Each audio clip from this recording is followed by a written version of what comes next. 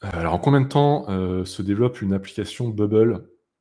Alors il y a deux choses, c'est le temps de développement, de temps passé en jour homme et le temps, enfin les délais de développement. Donc le temps de développement, une petite application, ça se fait en une journée. Heu, une grosse, application, je veux dire, il y a pas de limite, supérieure en fait. Ça peut être 10, 20, 30, 100 jours, tu plus tu fais des choses complexes, plus ça monte. Mais disons qu'une bonne V1 d'une application qui soit pas trop complexe, c'est entre 1 et 10 jours en général de développement. Déjà 20 jours, ça fait la grosse application et je recommande pas trop de partir sur des choses aussi énormes. Et après le délai,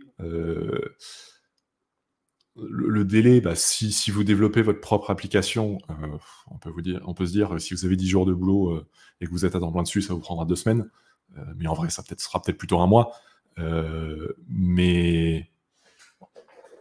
Mais si on est freelance, faut voir que, même si on est à temps plein sur une mission, c'est pas parce qu'il y a 10 jours de boulot qu'on pourra le faire en 2 ou 3 semaines. Parce que, bah, il y aura besoin d'échanger avec le client, de lui faire tester les trucs, d'attendre son retour, et cetera. Et ça peut prendre du temps. Et c'est un gros souci. Enfin, les développements qui ont dérapé sur Bubble, c'était souvent ça le problème. C'était le client qui est pas réactif, en fait. Et quand moi je suis en train de développer, que j'ai besoin de son retour sur un point et qu'il me fait son retour 2 semaines plus tard, ça tue totalement la dynamique de développement. Et c'est pour ça qu'il faut anticiper déjà le temps de retour, se dire que je vais faire le truc dans mon coin et à la fin c'est bon et fin l'histoire, c'est pas réaliste. Mais il faut aussi cadrer les choses avec le client. Moi ce que je mets, c'est que je mets une date butoir à laquelle le l'app doit être terminée. Alors évidemment, si on est en retard de ma faute, je vais pas dire: «Ah! Trop tard!»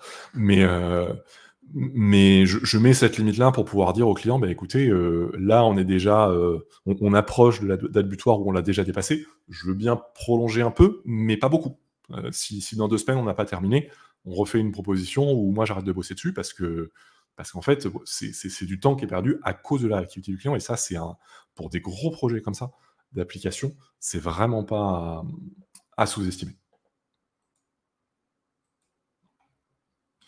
Mais le développement pur, ouais, ça se compte en jours ou dizaines de jours généralement, mais voilà, mais il y a l'application que je montrais rapidement tout à l'heure là, qui est plus complexe que je développe pour un client.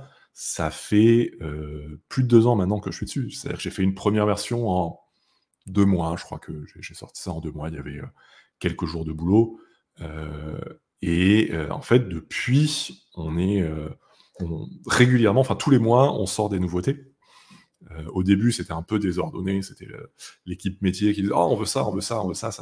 Ça faisait partir un peu l'application dans tous les sens et puis ils ont fini par embaucher un product manager qui fait, l'intermédiaire entre le métier, et la direction et moi, pour avoir vraiment une stratégie sur la plateforme et honnêtement, ça change la vie.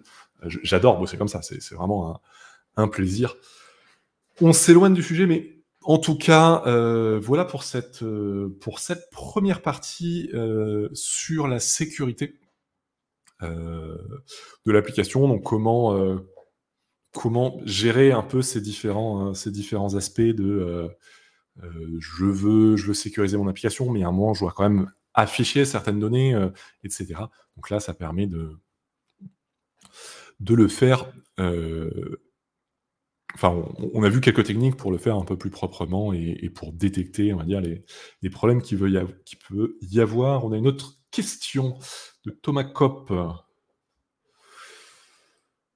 Aujourd'hui, les nouveaux devs juniors Bubbler peuvent-ils réussir à tirer leur épingle du jeu et avoir des missions? Si oui, comment? Car vu de loin, on dirait que les seniors ont beaucoup de missions, ce qui justifie les mériter, mais c'est très compliqué pour les juniors. Alors je ne suis plus junior, je ne sais pas ce que ça fait, d'être à la place d'un junior aujourd'hui, heu, mais c'est un vrai problème, c'est qu'on se retrouve avec vraiment une pyramide dans le domaine du no-code. C'est-à-dire que les gens qui ont, à dire 3 à 5 ans d'expérience dans le no-code, ce qui est déjà beaucoup. Moi j'en ai 4 par exemple, enfin 4 à temps plein. J'en faisais un peu dans mon coin avant ça. En fait, des gens qui ont ça et qui sont encore sur le marché, soit qui cherchent un boulot, soit en tant que freelance, il n'y en a vraiment pas beaucoup. Et il y a des gens, des boîtes, des entrepreneurs, etc., qui veulent bosser avec des gens expérimentés pour bosser avec des gens expérimentés. Et donc, effectivement, vu qu'on n'est pas beaucoup et qu'il y a des gens qui cherchent spécifiquement cette expérience, cette expertise, on a en général pas trop de mal à trouver des missions, même si moi j'ai eu un début d'année un peu poussif. Hein. J'ai rien signé là sur les 4 premiers mois de l'année, ça commence à se débloquer. Évidemment, comme d'habitude, tout tombe en même temps. Tous les clients me disent « c'est bon, on est parti », je sais pas comment je vais gérer ça. Mais, effectivement, si on reprend notre pyramide, à la base de la pyramide, il y a les gens qui se lancent, qui sont en formation, qui sortent de formation, qui sont autodidactes, et qui cherchent des missions. Et ça, c'est compliqué parce que, déjà, le client, il doit se projeter. Je dis toujours, un client qui se projette, c'est un client qui achète. Donc, pour se projeter sur l'application qu'il va développer, le client... pour se projeter sur l'application que vous avez développée, le client doit se projeter sur ce que vous allez faire, et pour ça, avoir un portfolio, avoir des applications que vous avez développées, que vous pouvez montrer, même si c'est des exemples faits comme ça pour le fun et fictifs, c'est quelque chose de très important. Donc, j'ai envie de dire, déjà, en tant que junior, toujours avoir un portfolio, pouvoir montrer des choses qu'on a faites. Mais aussi, on est face à un problème qui n'est pas un problème de demande, c'est-à-dire que des clients qui cherchent des gens, il y en a beaucoup, et il y en a de plus en plus, mais on est face à un problème d'offre, c'est-à-dire que le nombre de freelances qui cherchent à vendre leur service en tant que débutant augmente plus vite que le nombre de clients qui cherchent des freelances, et du coup, ça ne marche pas trop, donc c'est difficile de tirer son épingle du jeu, et souvent, ça se joue aux gens qui savent se vendre, déjà, c'est bête, mais ça fait quand même une grosse différence, et à la persévérance. C'est-à-dire que des gens qui restent sur le marché 12-18 mois finissent par trouver les quelques clients qui derrière vont lancer la machine, parce qu'ils ont un portfolio plus étoffé, parce que les clients vont les recommander auprès d'autres personnes, parce qu'ils vont refaire appel à eux, etc. Et à ce moment-là, on peut avoir une activité qui se lance et qui s'entretient, on va dire. Donc voilà, c'est pas évident, et je compatis et j'encourage toutes les personnes qui sont dans cette situation. Moi, c'est vrai que j'ai eu la chance de me lancer au bon moment, j'ai l'impression. J'avais pas conscience que c'était le bon moment, mais c'est plutôt bien tombé. C'est vrai qu'aujourd'hui, c'est pas forcément évident, et certaines formations alimentent un peu ça aussi en faisant miroiter des rémunérations très élevées tout de suite. Quand vous vous lancez en freelance, quel que soit votre métier, à moins d'avoir déjà votre ou vos premiers clients avant de commencer, vous allez galérer au moins pendant quelques mois à avoir rien ou presque comme mission. C'est normal, c'est comme ça. Il n'y a personne qui se lance en freelance et qui peut en vivre dans ces 6 premiers mois. C'est assez irréaliste. Et c'est valable en no-code, c'est valable partout. Donc, c'est important. Il y a des gens qui, en parallèle, poursuivent la discussion produit. Triscat77, c'est génial de bosser avec un PM, et sinon, que penses-tu de bosser en sprint plutôt qu'au forfait? Xavier répond, bosser en sprint, c'est la clé de la réussite. Le forfait, c'est bien pour démarrer, se tester et vendre les premiers projets. Ce que je fais en général, c'est que je vends au forfait la première mission, que j'essaie de garder relativement réduite. J'ai déjà fait l'erreur de vendre des missions très grosses au début. Je m'en mords encore les doigts. Maintenant, 1 an et demi après, je traîne encore ça comme un boulet, et c'est vraiment pas drôle. Donc oui, je vends au forfait au début parce que je trouve que c'est plus facile. Le client, un certain nombre de clients ont du mal à acheter quelque chose sans savoir précisément ce que ça va leur coûter. Et ensuite, je travaille au réel. Alors, sprint, pas sprint, je sais pas exactement comment on définit un sprint. Je suis pas un expert de méthodo, mais oui, le format est un peu ça. C'est que on dit, bon, allez, là, maintenant, on s'attelle à ça, et on y va, et j'augmente un peu mon volume horaire pour ce client, et voilà. Et là, le client pour lequel je bosse depuis 2 ans, en fait, c'est ce mode de fonctionnement-là qu'on a.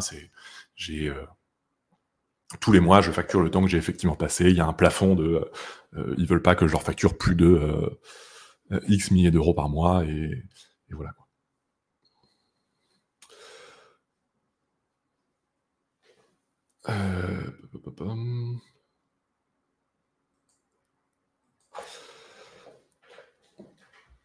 Voilà. 477 dit qu'un certain nombre de clients ont tout simplement du mal à vraiment savoir ce qu'ils veulent. C'est tout à fait vrai. Il y a beaucoup de gens qui s'improvisent développeurs ou du moins concepteurs d'applications web et d'applications mobiles alors qu'ils n'y connaissent rien. Et disons que si effectivement on fait exactement ce qu'ils demandent, ça peut être une bonne manière de développer une application dont personne ne veut. Mais moi je vois vraiment ça comme une opportunité. C'est-à-dire qu'un client qui sait pas ce qu'il veut ou qui veut des trucs contradictoires ou qui sont pas dans son intérêt, c'est une opportunité de le conseiller, de le guider, de lui dire: «Bah, écoutez, là, pour ça, effectivement, c'est une très bonne idée. Pour ça, je suis un peu moins convaincu parce que, j'ai déjà fait ça sur un projet, ou alors j'ai vu sur une application, et cetera, et en fait, le résultat est pas très satisfaisant, ou alors, en fait, c'est quelque chose qui est vraiment pas utilisé». Enfin, on peut le conseiller, pour faire au mieux son projet, et du coup, c'est une manière aussi de mettre en avant, notre expertise et notre valeur ajoutée. Voilà. Est-ce que je le fais gratuitement ou pas? Oui et non. Disons qu'il y a une partie de ce travail de conseil qui est de l'avant-vente, où quand je cadre le projet en amont, c'est pas forcément quelque chose que je facture. Heu et en fait, ce conseil, il s'arrête pas à la signature, c'est en permanence, parce que, enfin, ça n'existe pas une application pour laquelle on a un cahier des charges précis et on développe tout, et sans jamais échanger avec le client, parce que, ou sans jamais avoir la moindre question parce que tout est ultra clair. C'est utopique. Enfin, utopique même pas, mais en tout cas, c'est de la science-fiction. Heu et voilà. Donc pour moi, ce conseil et cette discussion, c'est vraiment du non-stop, hein. C'est tout au long de la durée de vie du projet. Même après, en fait, même une fois que tu as livré l'application, c'est les conseiller sur la suite. Est-ce qu'il faut qu'ils fassent évoluer tout de suite ou pas? Comment? Qu'est-ce qu'il faut qu'ils testent? À quoi ils doivent être sensibles quand ils vont avoir leurs premiers utilisateurs? Comment ils peuvent le marketer? Quels sont les pièges dans lesquels il ne faut pas qu'ils tombent, et cetera. Donc tout ça, c'est un boulot qui ne s'arrête jamais. Voilà, voilà. Et bien, on clôt ce chapitre sur le produit et la gestion de projet. Un chapitre qui n'était pas prévu au programme, mais avec une discussion très intéressante. Merci à tous et tous.